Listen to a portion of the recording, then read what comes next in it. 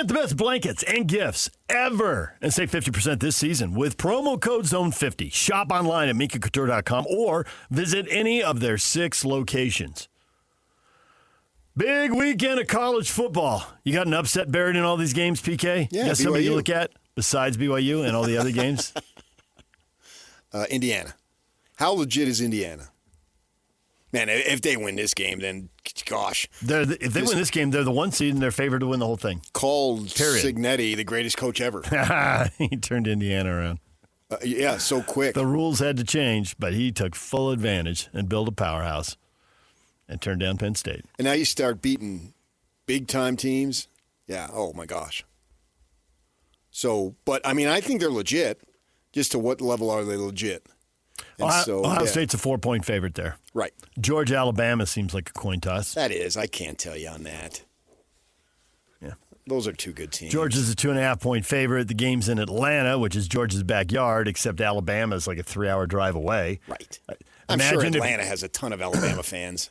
Yeah, I mean, this would be the equivalent of Utah or BYU fans having to go to Pocatello to watch the Big 12 title game. Everybody would go. Everybody would get their hands on a ticket, would be there. Well, I would even say Vegas, even though it's 6 hours. I'm trying to do the 3 hours. Right, thing, I yeah. understand. Yeah. Because we saw that, my gosh. And for credibility's sake, college football really needs Virginia to beat Duke. I mean, Virginia would be a little on the weak side getting in, but if Duke wins and they don't get in, then there's 2 G5 teams in that's what I'm that hoping have for. already lost their coaches. Aren't you hoping for that? And Ole Miss has lost their coach. Maximum chaos, which is what I always root for. So you're rooting for Duke. This system is so jacked up right now. If Duke can win that game, we could have 3 of the 12 teams in the playoffs. Their coaches have already quit. They're either coaching as lame ducks or, in the case of Lane Kiffin, they're not even there. It's the Vegas Bowl, the early days. Yeah, it's just phenomenal. And it just, the playoff, and to have a coach just sit down, and there's so many people with so many agendas, and for Joey McGuire to just sit down and say, we start the season on week 0, that becomes week 1 for everybody. We play the 12th game the Saturday before Thanksgiving. So the 3rd week of July or August is what you're talking about. We play the conference championships on the holiday weekend.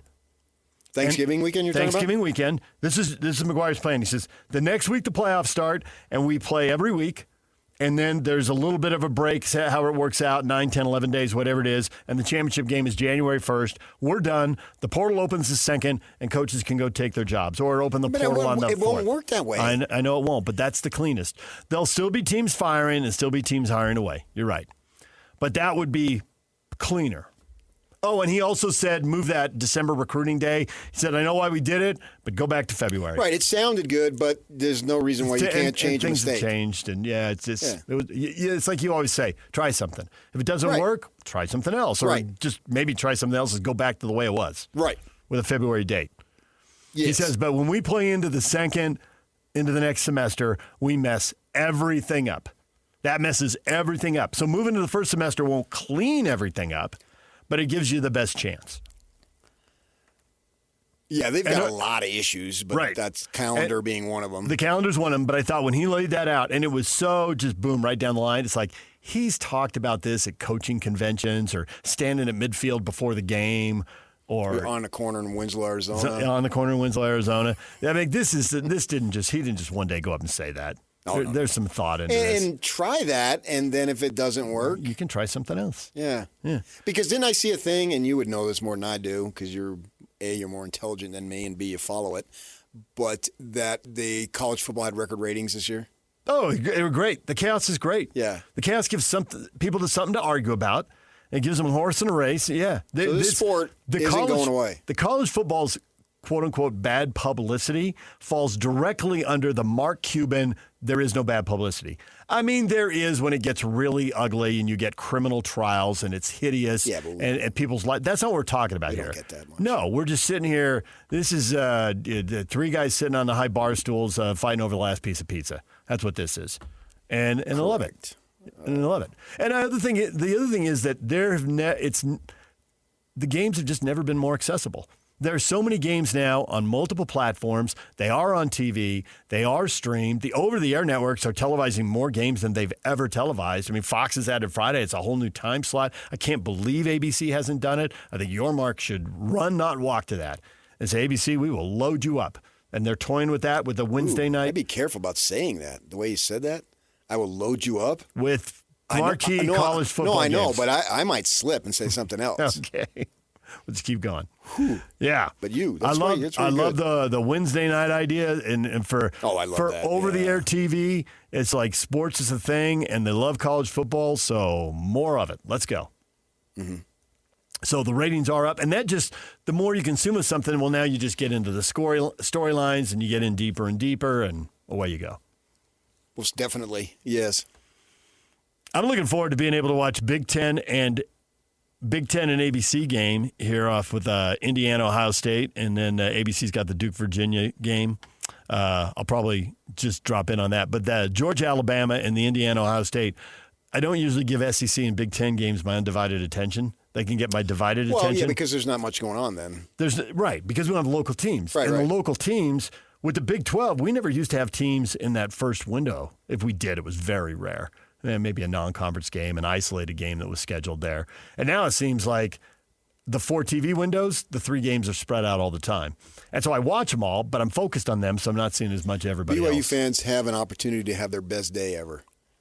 Because if they win, then you just sit back and watch the other games without a care in the world. Oh, yeah. Then you're just playing the whole, well, if they win, we might be seated here, but if the other team wins, we might be seated there. And it's all just fun and games. Yes. It's all, you're in. The big story's done. That's what Devil fans did last year.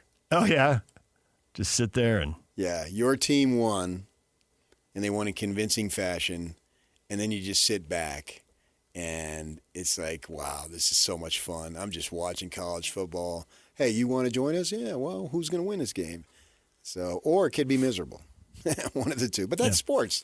That's what you buy in when you say, I'm going to be a fan. And no matter how many times you say, this is ridiculous, I'm out. No, you're not. You cannot get out. It's like the mafia, man. You can't really walk away. You can't. Start peeking at the scores. Like Locke tried to claim, I'll turn it on. Oh, was this Stanford? Yeah, I don't really know what they're going. Yeah, if they're 11-1, you would know darn well. And sure, it's not as fun as beating Oregon and Washington State and Cal and so forth. They all still play Cal, obviously. Well, we're seeing that now with the Jazz. They're losing, and this is their. I'm losing track. Is this their 4th year of losing? This will be the 4th year they missed the playoffs? If they do. Okay. But yes.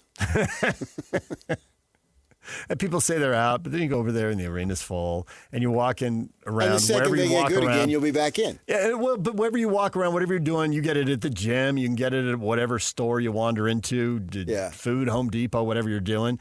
You always get, when are they going to be good again? See, I mean, you're not all. If you're asking that question, you're not all the way out. Right. You may be watching, 15 games instead of 55 games. It's in your blood, games. and it'll stay in your blood. Yeah. It's like hitting a good golf shot. Once you hit one, you can't walk away. You can't. There used to be this commercial, potato chips. You can't eat just one. Oh yeah, yeah. I don't remember the brand. I don't either. I remember the commercial. Yeah. And so, yeah, it's like M&Ms. Can you just have one peanut M&M? No. Nobody has one M&M. You grab the whole thing, man. You reach in the bag or the bowl, however you can fit in your hand, and you start sliding them in your mouth. It's the same thing with sports fans. That's why I imagine tomorrow might be singularly the greatest collective ratings day ever. I can see that. For college football. I mean, everything. The NFL ratings are trending up. The college football ratings are trending up. You've got huge brands. And remember when everybody was just that with Colin Kaepernick? That's done. I'm out on the NFL. Well, somebody's not out because look at those numbers. 57 million people weren't out on Thanksgiving Day. Oh, the NFL? Yeah. On the political stuff you're talking about? Yeah. Yeah, it's all temporary. I know. And then it went away. Yeah. Nobody's got mad. kneeling. People got mad in the moment. All this hubbub. I know. Yes. And what did it do? What did it change? It just... That's why I don't participate in any of that. People got super mad. Everybody's blood pressure got up. People got angry. People wagged fingers. People yelled back. Right. Just the only way it changes is at the ground level, the grassroots level. That's the only way anything changes. And you can only one individual at a time. That's where all the work and all the energy and all the efforts needs to be, not in these street things. Go down at the bottom level and try to work it and get there. And that's when you'll be most gratified too. And underline, as you often do, the education piece of it. Education, man. There's all I'm stat guy. I mean, there's all the stats there, and anything can happen. There are people who have no education, and they flourish. There are people with tons of education, and they have all sorts of issues. We're talking generally. But you're talking playing the odds. Give yourself the best odds. Give yourself the most possibility. Man, when you talk to teachers, and you talk to principals, you talk to social workers, it is so hard for some people. I mean, they are just up against stuff I never had to worry about, stuff you didn't have to worry about, even though you you had a taste of poverty along the way. Not at all. There's stuff, and they are you got to really look them in the eye, because I find that most people, and I just saw your wife do this in a social setting the other night, most people downplay it and think, this isn't really the place for me to spill the beans. This isn't the place for me to spill everything. And, you told a story to a mutual friend of ours, a coworker here, and he's like, really, really? And I'm thinking, there's more stories than that, but it's not my place, and not my stories. And your wife, stiff upper lip, she didn't say a word, But you talk to the principals and teachers like, well, now tell me somebody. Stiff upper lip. Yeah, right. Yeah. But then you talk to them about someone who did do that work and who did put it, and who comes back years later and tells them how things are going and thanks them. And people just start bawling. Oh, for sure. Yeah, it's awesome. Oh my gosh, remember when Jason Reed came on? You did. Yeah. Yeah. You just waved like, handle it, DJ. Yeah. While you pulled yourself together. Yeah, that hit me like a ton of bricks in the right way. Yeah. And I was so happy that I had an influence on a young man, finally. Well, everybody gets to be a mentor without being, formally a teacher. Yeah, and you don't set out to do it. You're just trying to help someone who you think that you see something in that person and you want to help them. Yeah. And we talk about that, and Kalani talks about that, and he repeatedly says Kyle Whittingham and Ron McBride. Or Kalani says... Kalani and Lavelle. Kalani and Lavelle. Kyle... He puts Ronnie Mack Ronnie Mack and Lavelle in there. And that is what is so cool. And I know Kyle is like public enemy number one to a lot of Provo people.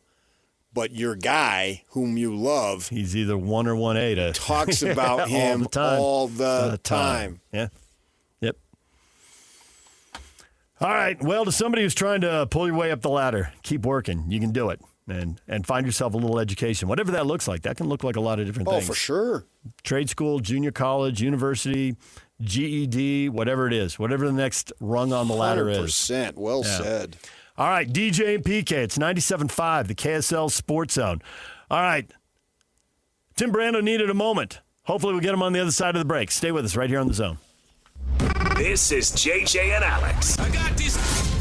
But how do you solve this Texas Tech issue? They're not just better numbers-wise on the offensive and defensive side of the football. They also have this psychological advantage over you, which was this, hey, there was nothing you could do against us. We had kind of a bad offensive day, and we still beat you by 22 points. I guess the question that everyone's asking is, why is this going to be different this time around? BYU's defense has to play their best game of the year. BYU needs to sustain drives. They've got to have the ball for 6 minutes at a chunk and keep that Texas Tech offense off the field, and that's how you reduce the amount of points that they score. The turnover battle goes without saying. It's how they execute this is going to be the question, and I think they learned a lot from that game. You've got to turn Bear Bachmeier loose. Bear's got to throw for over 300 yards. He only threw for 188 in the first meeting. Catch JJ and Alex afternoons from 3 to 7 on 97.5, the KSL Sports Zone. DJ and PK brought to you in part by Trajan Wealth. Call Trajan Wealth today, your local trusted financial fiduciary. Call them at 801-210-6800 or visit their website at TrajanWealth.com. DJ PK, we're joined now by Tim Brando, Fox Sports broadcaster. You see him on college football games all season long. Tim, welcome back to the show. Great to be with both of you. By the way, just so you know, okay, this is a real bonus for you because you're getting some comments today from the guy that's going to be on opposite your game with Texas Tech, doing a pretty big basketball game on Fox between Duke and Michigan State. I just thought I'd get that shameless plug out of the way. Okay, if the game doesn't go well for BYU early, just tune over, and I've got a good basketball game for you to watch. In fact, a great one. between number 4 and number 7. Okay, that was not a So, shameless there you plug. go. That was not a shameless plug. That was a public service announcement because There you go. I'm a guy and I have a remote control in my hand, and I got to have somewhere to go at halftime and during commercial breaks. Right. I Now always you know. want to. Now you know. Yeah, and everyone here is watching because Duke's got Boozer, and he's going to be a top 3 draft pick, and the Jazz are winning a bit, and unless they get lucky in the lottery. But his dad played here, so hear you. he's a story. He's a story, Absolutely. no doubt. Yeah. All right, so here's another story. There look to be a half dozen teams that can make a rock-solid argument. In all honesty, they really can make good arguments for one of those last 2 or 3 spots in a college football playoff. So 3 of them get in and 3 of them don't. And who do you think should fall on which side of the line? Who do you think should be in out of that Oklahoma, Alabama, Notre Dame, BYU, Texas, Miami group? Well, there's a, shall we just call it a conundrum? There you go. It's a big-time conundrum. And as I said, when they went to 12 teams and people were saying, it'll be so much easier when we have 4 go to 12, I was like, no, it's not. They're just going to screw it up even more and piss off that many more people, which is exactly what the committee has done from week to week with these god-awful Tuesday shows that have no business being on the air. It's just a complete waste of time, and I feel a lot of empathy for Reese Davis having to host that thing. When you know you have to ask certain questions and you're never going to get answers but talking points, that's what they get. And it is a corrupt system. I don't think that the committee members are corrupt, but they're part of a corrupt process. And there's no getting around this. It's been set up to fail from the moment they decided that they would hold on to the committee concept, when it's been proven time and time again that this committee is manipulated by the movers and shakers of all of the conferences that have brand name recognition.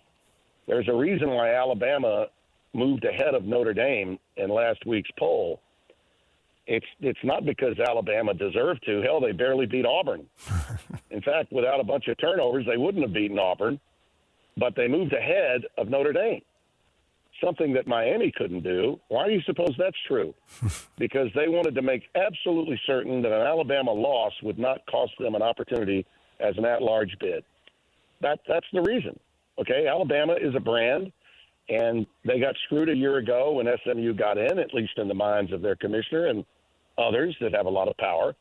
And so they are going to be in no matter whether they win or lose against Georgia. And yet, here's BYU, a team with an exemplary season, who by every metric in my mind, outside of the quote-unquote all-state playoff predictor, the 3 worst words in sports television today, the all-state playoff predictor, it makes me nauseous. I'm nauseous every time I hear it, that BYU has to do something that Alabama doesn't, and that is win their conference title game. And that's the only way that BYU is going to get in. They're not going to be picked, even if they're competitive against Texas Tech and lose. So you tell me what's right about that concept. It's pathetic.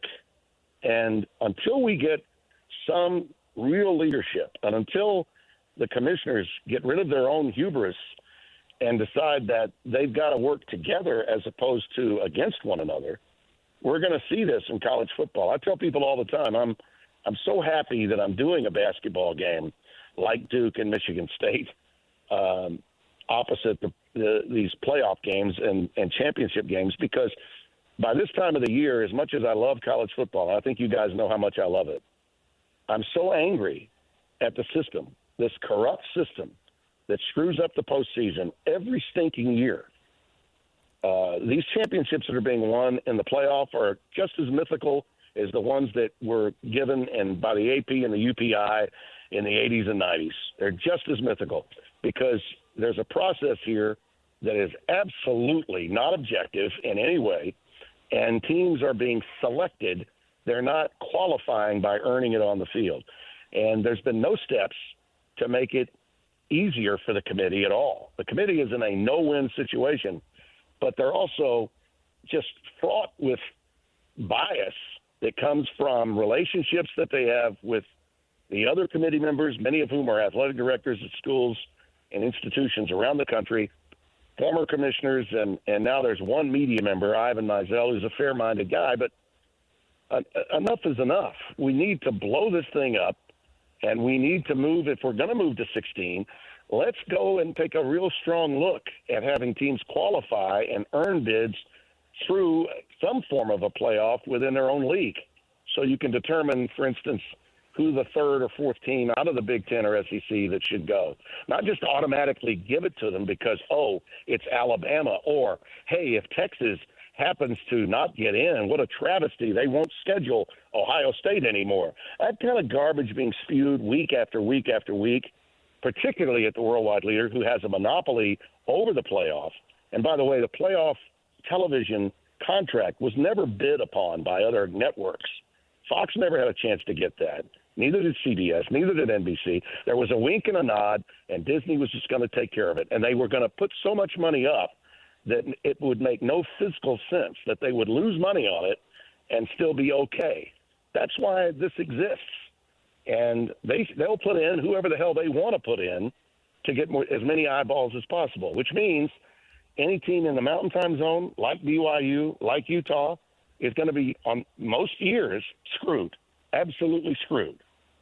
So that's my story, and I'm sticking to it. Yeah. The part of the problem, there are many problems, but part of the problem, don't you think, is the 16, in the case of the Big Ten, the 18-team league, and top teams aren't playing each other. Ohio State had 10 gimmies in a row. Texas A&M. Yep.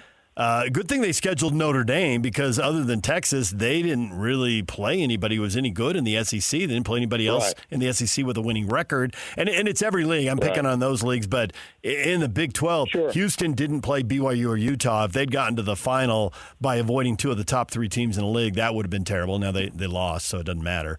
But it seems like the math is just set up for failure. We're going to play 9 league games, but we got 16 or 18 teams. That's going to be a problem. Right.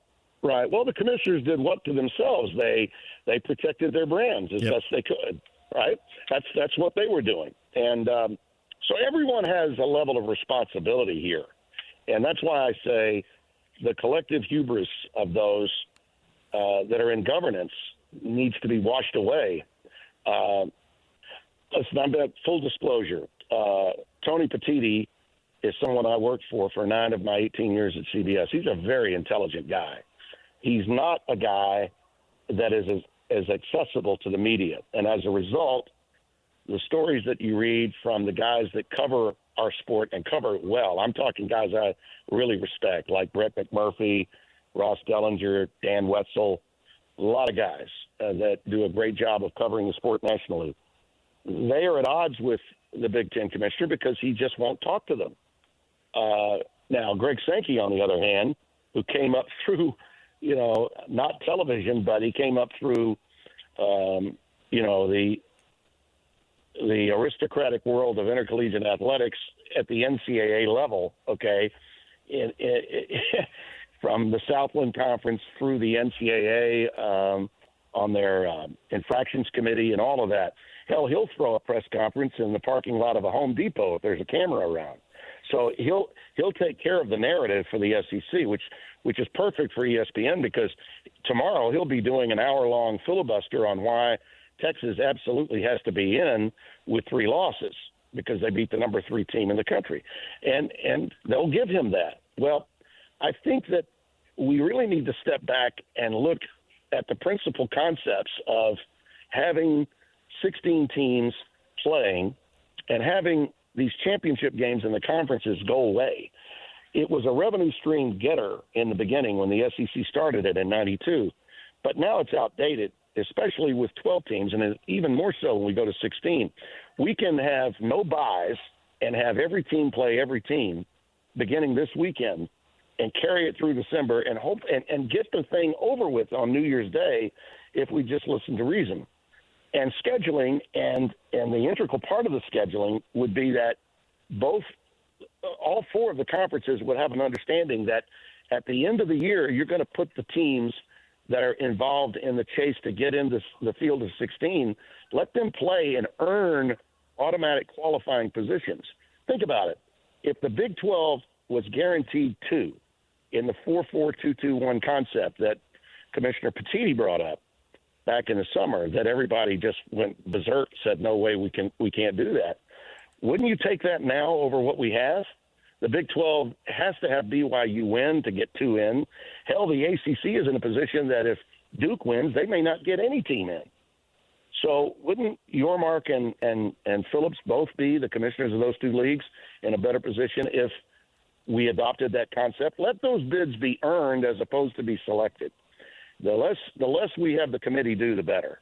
And so that's one area where Petiti, in my mind, has a hell of a good idea, and yet is not getting any credit for it because he's been a public relations nightmare for the people that govern that cover the sport. Okay, Tony's just been, I think, misrepresented in a lot of ways because he's not been available and has not been accessible to the media. So we can sit here and complain, and I'm finding this very therapeutic. This is much cheaper than a therapy session. Thank you. This is great. But is anything going to change? Or if we call you up in a year from now, all right, there may be different schools and different names. They may be protecting somebody else, but it'll be the same. It'll be the same dog and pony show a year from now. No, the short. What I just laid out for you there was, I think, the short-term answer on how we could at least stabilize things a little. That's where I think the commissioner of the Big Ten has a good idea. But the bigger picture here is not a very optimistic one because, we have this new College Sports Council concept where they're sending out these letters about, the rev share being adopted and this hope that we're going to cap the NIL at $20.5 million through rev share. Well, none of these schools, I think there's a handful of schools, maybe 7 or 8 that have signed it. No one else has. Yeah. Which tells you that there's no way Texas Tech is suddenly going to say, oh, we spent $27 million this year. They're asking us now to cut that budget? No, I don't think so. No. If you're not committed to putting a college football program in the best possible chance to win as an institution, then just don't take part. Don't be part of this. There are lines being drawn across the country with respect to who wants to compete at the highest level and who doesn't. And when you see teams, and this is the encouraging part, when you see teams like Texas Tech or like Indiana that have been party crashers, not blue bloods, that have earned the right to be really respected, then that should tell these schools that don't want to do it that maybe they should just opt out. They should just get out because this is where the sport is going, and we're not going to suddenly, bring the boat back in and dock it. We're moving forward here.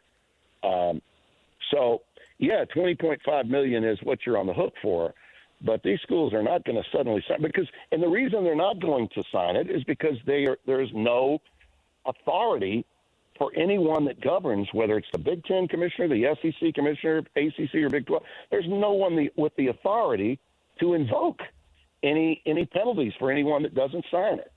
So we've got to find a central leadership, and that central leadership comes in the form of a czar/commissioner for the totality of the sport, something I've been screaming about from the hilltop since I started hosting the original game day in 1987. College football needs a version of Goodell, a version of what David Stern was for the NBA. And until they come to terms with that somebody has to lead all of college football, not just the conference, but the entire constituency of Division I, we're not going to see any semblance of stability for college football moving forward. But the whole commissioner thing started with the Black Sox scandal. Baseball was really up against it. A World Series was fixed, and the public was horrified, and the owners were panicked that their investment is going to go to zero. The answer to all your questions is money. Don Olmeyer, best answer ever. Stands the test of time. Well, football right now, for all the chaos and the teams and the conferences are getting the short end of the stick and they deserve a fair shake and they're not getting it, everybody's making money. Ratings are up.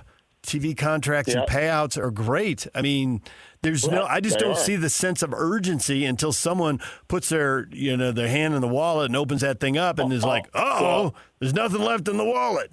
And maybe they can spend themselves to oblivion with NIL. Maybe that would do it. Maybe. Yeah. Well, there's nothing you said there that's inaccurate. However, with all that money, all that revenue that's there, okay, and this was the point that Cody Campbell was making when he did those ads for the app, that's being lobbied and talked about in D.C. and in Congress, and nothing's really gotten accomplished there, and I don't think it'll ever even come up for a vote.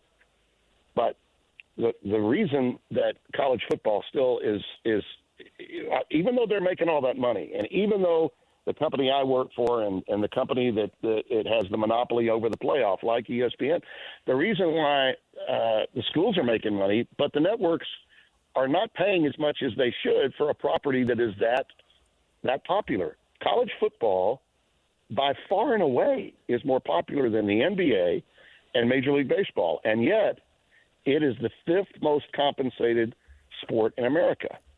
It's fifth. So there's a lot of money being left on the table. Why do you suppose that is? Because when contracts like the college football playoff come up, these curmudgeons that govern it will have a wink and a nod and say, let's just do this. We won't even put it up for bid, and no one will say a damn thing. Well, guess what? I'm the mouth that roared from the South and will say it. It's wrong, okay? It's absolutely wrong. And if you took them to court, if you took the college football playoff to court and said this is absolutely not in keeping with how America should do its television contracts, okay, it should be making more money than it currently is. And it would. And more of America would understand that if, like the NFL, all of the networks had a piece of the pie. And trust me when I tell you, all of the networks would love to. You saw what happened most recently. In the time that I've been at Fox, we didn't have the Big Ten. We got the Big Ten. And then in the last deal that Kevin Warren wanted, okay, Kevin Warren was the commissioner when they made that deal, not Tony Petitti. Okay, we sold 2/3 of the contract to the NBC company and the CBS company. And they are airing, and you'd think, oh, that's great for the league because they're making so much more money, and they are making more money than the SEC because they have network deals, but they're still in the position they're in because, now all of a sudden all of the games in the Southeastern Conference are on one network or between ABC and ESPN, and those games now are, Fox was the number one network for college football with its noon window until we got rid of the entire Big Ten. When we got rid of the Big Ten and sold off 2/3 of it to CBS and NBC. NBC and CBS, ABC and ESPN now are the dominant. They've got the most viewers, and they've got the best games that are on in those different time slots. So, but all that being said, if all of the networks were involved in the postseason of college football, the money would be astronomical, absolutely astronomical, and we wouldn't be having the same issues and the soap operas and the back and forth controversies. And listen, I've been very critical of some of what's been said and some of what's been the propaganda that's been fed to the public that comes from the talking heads at ESPN the last couple of years. I like those guys. Hell, I have affinity for ESPN. But the reality is, when you control something like that, you do have tremendous influence. So when Reese Davis says it's preposterous to think that anyone at ESPN has influence, my God, everyone that's on national television has influence. We had 25 million viewers in 1987. Not everybody had cable back then, and we had influence then. So it's clearly there now. We all should be promoting one another. We should be talking about the games that are going to be on every network, just like the NFL. The NFL. How many times do you watch? And the NBA does it too, right? Yeah, the NFL and NBA both do it. And oh, by the way, you can see that game. If I'm calling a game, this happened the other night. Arizona is playing Arizona State, and the Texas A&M game with Texas ended, and I knew that. My producer said that Texas A&M game just ended. I said, well, when we come out, let's welcome those that were watching that game. Nice. Because we're the only game on. That's the thing that we all ought to be promoting, the totality of the sport. And we all should be working together as opposed to poking holes in one. And that's true whether you're a broadcaster or a conference commissioner or an athletic director. The money that's being lost, even with all the money that's being gained that you're talking about, that's all true. That's all factual. we're still losing more money than we're making in college athletics because we don't do it the right way. Tim, we'll leave it right there. We appreciate the time. As always, thanks for joining us. And you know you'll have at least one viewer for a couple of minutes here and a couple of minutes there during commercial breaks. I'll check on Duke and Michigan State. And by the way, I think BYU has a real good chance of winning. I'll tell you why. Texas Tech has been told by the All-State playoff predictor that they have a 99% chance of getting in, win or lose. Yeah. No, hey, desperation, right? Desperation matters. That might help. That might help. And by the way, let Bachmeier throw on first and second down so you can loosen up that defensive front, and then L.J. Martin will get his yards. So that's my prediction on the game. All right. Thank you, Tim. There's Tim Brando. My pleasure. Fox Sports joining us once again right here on The Zone. Along those lines, I was told one interesting thing by someone who's followed college football for a long time, that and they get to talk to coaches privately. And they say, and this is something to watch for, Yak, because you're way into it. And this person told me this week, the thing about the conference title games and the playoffs, the players are opting out of the bowls if they have NFL prospects. We all know that. They can't opt out of the college title game in the playoffs yet, although there are people who think that's coming one day, but they definitely play with it in the back of their mind. And the team that's all in and it runs through every block, and as opposed to, hey, I'm not going to blast this guy out of bounds, I'll just shove him over to the sideline. It gets to be a mentality. And coaches see it on film and it drives them crazy. And that's what this person told me. And they didn't. We'll see. I'll see if we can get them to say it on the air. But I thought that was a super interesting take. And they don't really have a dog in the hunt, but that's what they get when they talk to college football coaches. All right, DJ PK, we'll come back. Your feedback next. Stay with us. DJ PK, it's time for your feedback. What are the chances BYU beats Texas Tech? You State Icemen. I'm optimistic that there's a substantial likelihood that PK will wear his preferred team's jersey, which bears the emblem of the sun and concludes with the devil, to the game in Texas. Go Big Blue. Put on a Sun Devil. Put on a Sun Devil. He's got a Tillman. He can just put his Tillman on and walk right into the press box. That'd be awesome. People would respect that, actually. That'd be a pretty... Yuck, you've been in a lot of press boxes. To walk into a press box, you can't say anything because it's Tillman. That's like... there'll be people who look at him like, who is this guy? And they're like, realize like, oh. And everybody who knows him, and everybody who knows him be like, oh, that's a classic PK move. It calls a little too much attention to him in the press box, so he won't do it. He likes the idea. And I'm not talking about him in the third person while he sits next to me. PK's on the way to the airport flying to the game. If it's a big game, PK is there. I suppose there's a lot of people traveling today.